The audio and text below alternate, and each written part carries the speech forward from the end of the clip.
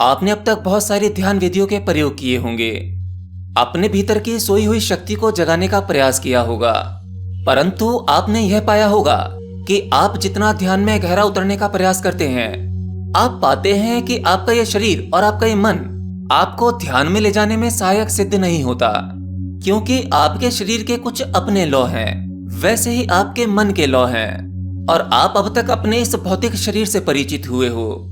अगर कभी थोड़ा गहरा उतर पाए तो अपने मन तक पहुंचे हो।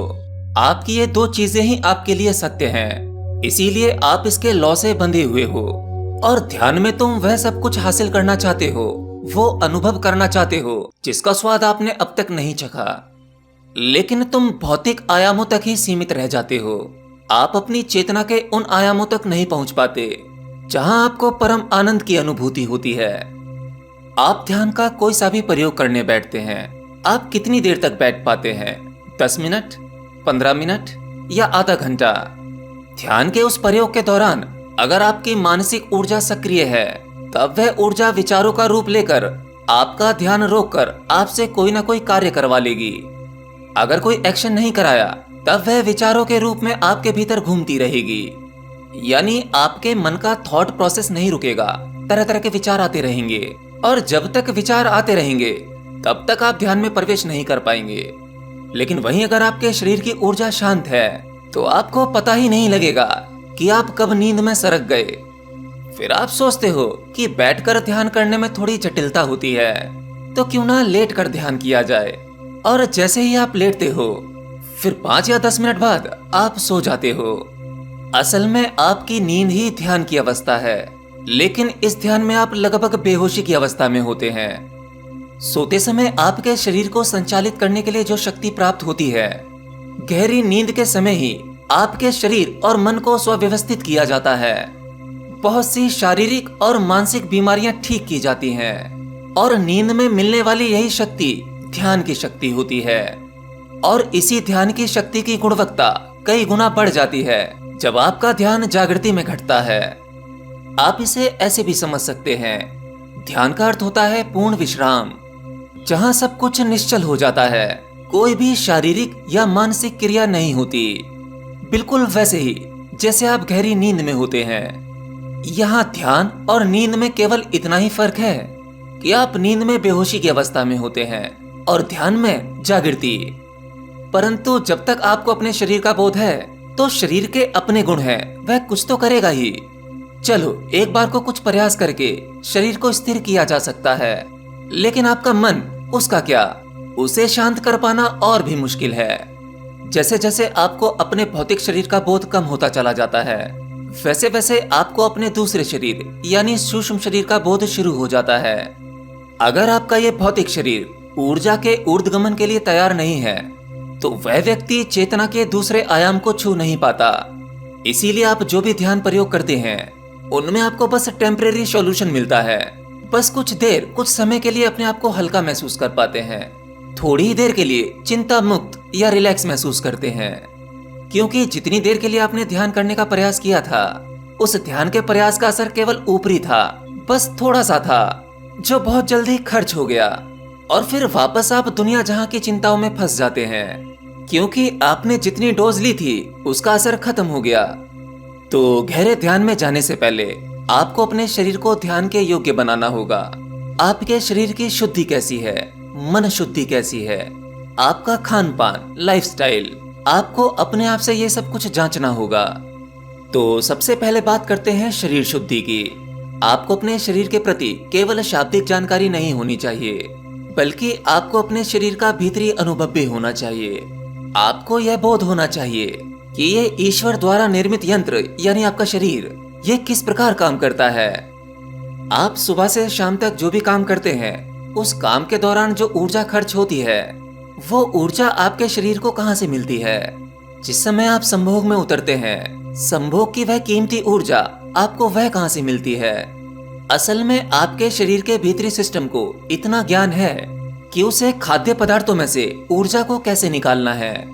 यानी आप शरीर के माध्यम से जो भी भोजन करते हैं, आपके शरीर का भीतरी सिस्टम उस भोजन में से ऊर्जा निकाल लेता है, और उसी ऊर्जा को आप अपने शरीर के माध्यम से दिन भर के काम करने या संभोग करने में उपयोग में लेते हैं।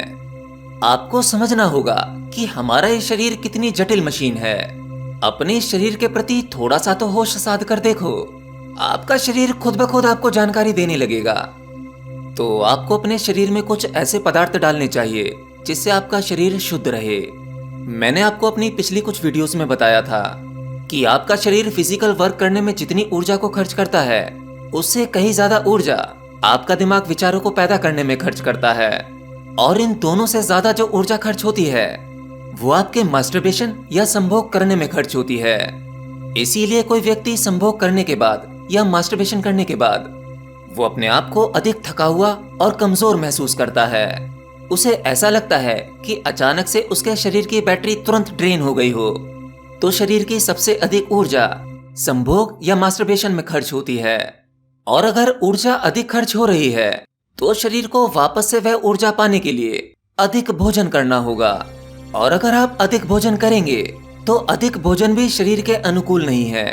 मतलब फिर शरीर को वापस शक्ति पाने के लिए भोजन को डाइजेस्ट करने में फिर शक्ति खर्च करनी पड़ेगी, जिससे आपकी एकाग्रता भी खोती है, नींद अधिक आती है। और ध्यान का तो भूल ही जाओ कि आप अधिक भोजन करने के बाद ध्यान कर पाएंगे। तो आपको अपने भोजन में एक बैलेंस रखना है। और वो बैलेंस आप तभी रख पाएंगे जब आपको यह पता होगा कि आपको अपनी ऊर्जा को कब, कहां और कैसे खर्च करना है। जब आप ऊर्जा को ज्यादा खर्च नहीं करेंगे, उसे स्टोर करके रखेंगे, तो आपको अपने शरीर के लिए अधिक भोजन की आवश्यकता नहीं पड़ेगी। अगर आप शारीरिक रूप से शुद्ध नहीं हैं, तो मानसिक रूप से शुद्ध नहीं हो पाएंगे। आपके द्वारा खाए गए भोजन का संबंध केवल आपके शरीर से नहीं है, वह आपके मन से भी है। इसीलिए कहा जाता है कि जैसा अन्न वैसा मन। तो पहले आपको अपने शरीर और मन के प्रति जागरूक होना होगा।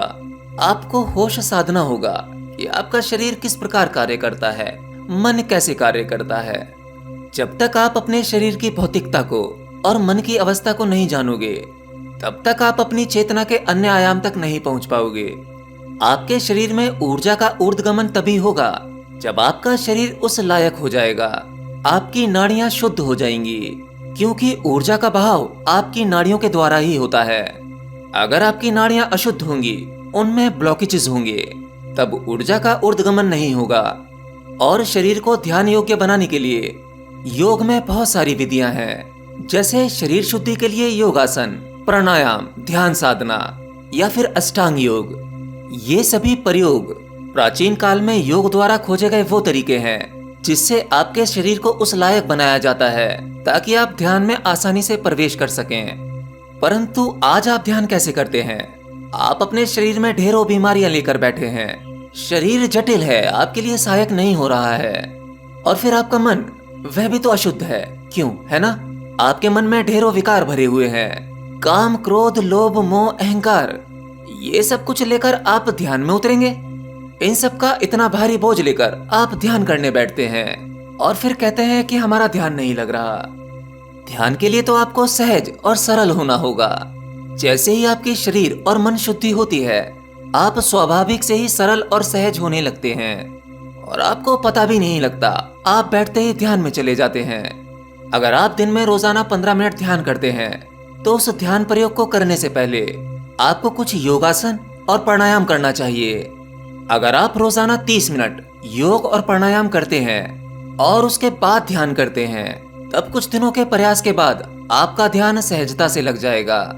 मतलब ये कुछ ऐसा ही है जैसे ध्यान के अभ्यास के समय जो ऊर्जा आपके भीतर उथल पुथल मचाई होती है, आपके शरीर को जटिल करती है, या मन में बहुत सारे विचार आते हैं जो निश्चित ही आपको ध्यान नहीं करने देती।